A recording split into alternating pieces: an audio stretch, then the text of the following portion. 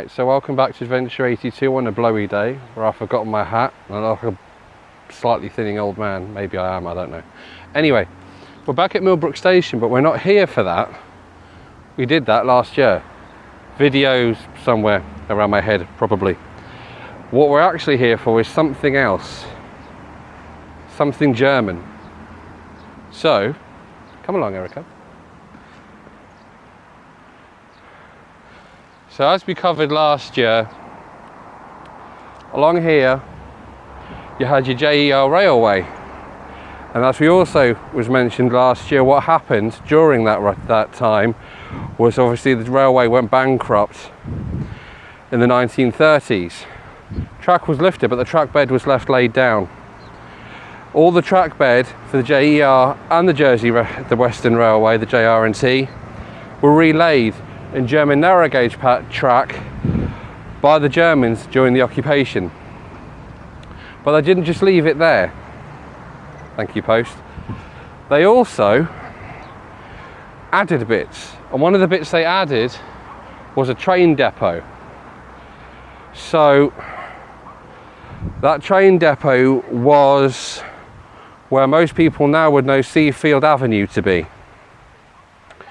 But it went in from this side, obviously, because that's where the railway was. So it's hard to tell these days, but based on maps, of which the German occupation lines, there aren't many, would have been around this area, maybe just the exit there from the lay-by. You had a spur of track that went off, and it went off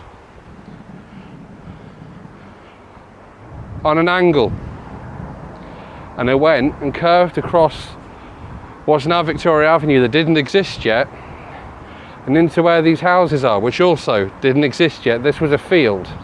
The field was called Circus Field, and it was called Circus Field because at the time, obviously before an occupation or during occupation, when the circus used to visit the island, that's where they used to set up. So it got the nickname Circus Field.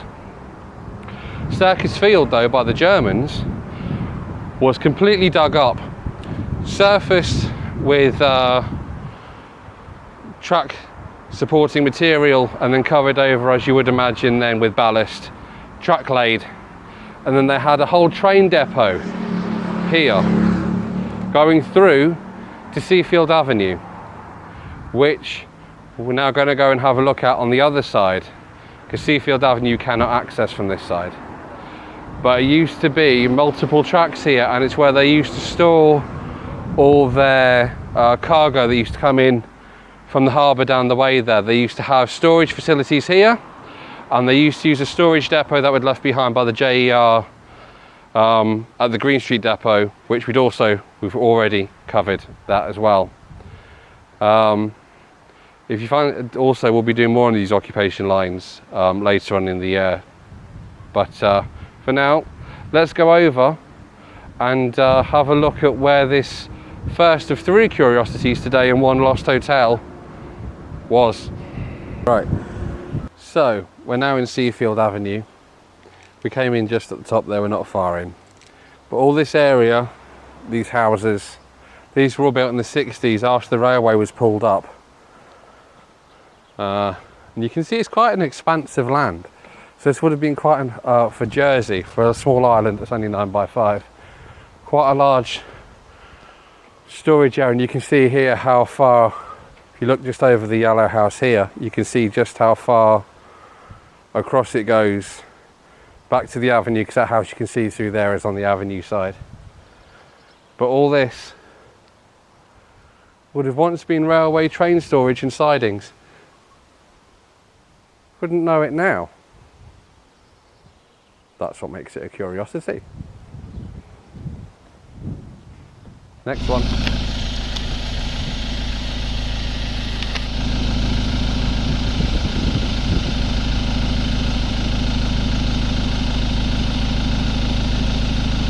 Hello, cow. Right, so second of our curiosities is this place. It looks like an unsuspecting dally, nothing particularly interesting you wouldn't have thought. Apart from the fact until recently, I think it's about 2012, 2013, around that area, when it was first turned into a food place.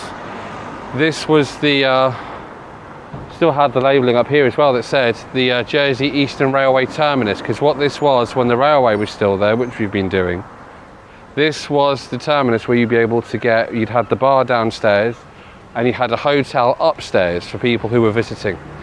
You were also able to buy tickets from here as well as up at the station area. And this has not changed since then, apart from the inside being slightly redone, obviously, because it's no longer a pub downstairs. The doors and everything are still originals. If I can find a picture with the old signage in saying Jersey Eastern Railway Terminus, they used to go around the bottom half here underneath the sealed lip there, I'll put it in for you. But yeah, it hasn't changed a bit, even down to the double doors here.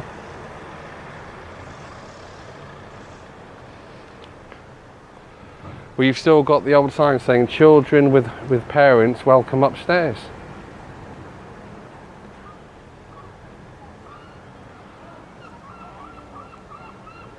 But yeah, the section upstairs now that was once the hotel is now flats. So that's curiosity number 2. On to number 3. Right, so we find ourselves at the site of the third of our 3 curiosities for this video, and it's here, which, you know, Stephen, it's the cliff face. This is not interesting, and it would be just a cliff face if it wasn't for the fact you're not aware of what else is here. Now these have been put in, these posts, to support the cliff face. That's, again, I would agree, not interesting. This, on the other hand, with the concrete in it, that's very interesting. That is the beginning of what was, as when the Germans started constructing it, HO10. It's been sealed. It goes a fair way into the rock. I think it goes about, I think they said about 20 metres. It's not very long. But it's very unstable, which is why they sealed it, so nobody got hurt. Especially after the incident that happened in HO2. If you know about that, awesome. If you don't, I made a video on that as well. A lot of plugging in this video, I do apologise.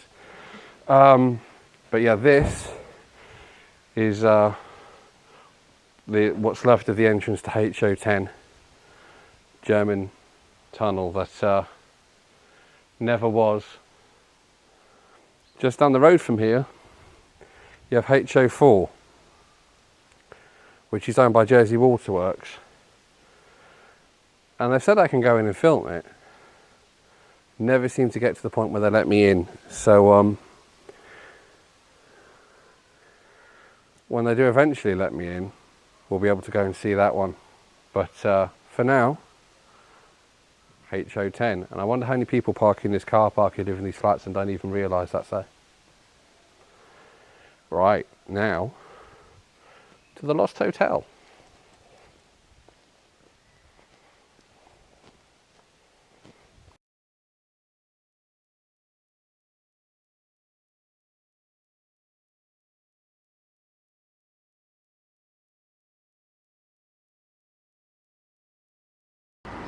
Right, so we're now at the Lost Hotel. To say it's slightly noisy here would be an understatement, because we're on a we're on a corner here where the main road of St Clement's Road meets Columbury just there. This will test the microphone and see how good it is. But behind me is flats. And as we know normally in Jersey, if something's flats, originally it was a hotel. And here is no difference. It was in fact the Ritz Hotel, and it's a hotel that I actually have a piece of memorabilia from. I have an old map from the 1980s that they used to give to tourists that advertises Hallmark hire cars. Back when phone numbers were 5 digits and not 6. And mobile phones didn't exist yet. But we'll go up here, it's a bit quieter so I don't have to shout at you.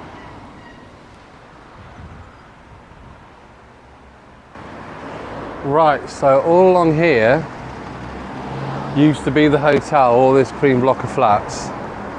Started off as a house. The house was turned into a school.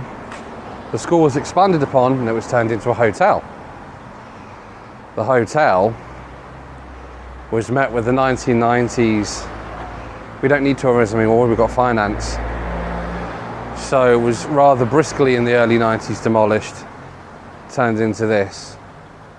1966 it was a polling station for St Helier, which must have been quite cool. I'd imagine it was still in districts then. And like a lot of hotels around this area, like the ones we did up the St Saviour's roadway there, it was also commandeered by the Germans. What for though, it doesn't say. But alas, another hotel in flats.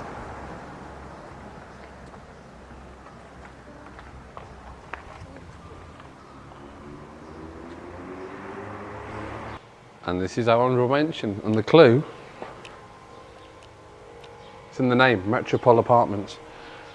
This is the site of the former Hotel Metropol, which up until about 6-7 years ago maybe, that one was still here. But another one that's been demolished, turned into flats, because there wasn't enough tourism to sustain the hotel anymore. And a lot of people have mentioned this to me on Temps Passé, etc., so I couldn't really not mention it. There's not a lot out about it, so if anybody wants to give any stories, information they have on the Hotel Metropol, more than welcome to put that in the comments. But don't forget to like the video if you enjoyed it. Subscribe, because that really does help. If you want to give money on Patreon or buy me a coffee, you can, but it's by no means compulsory.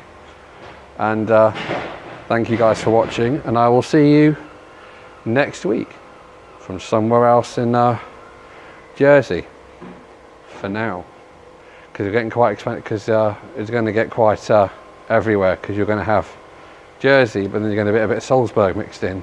If I have my way, probably a bit of Manchester too. But anyway, like I say, till then, I'll see you guys on the other side. Look after each other and have a good week.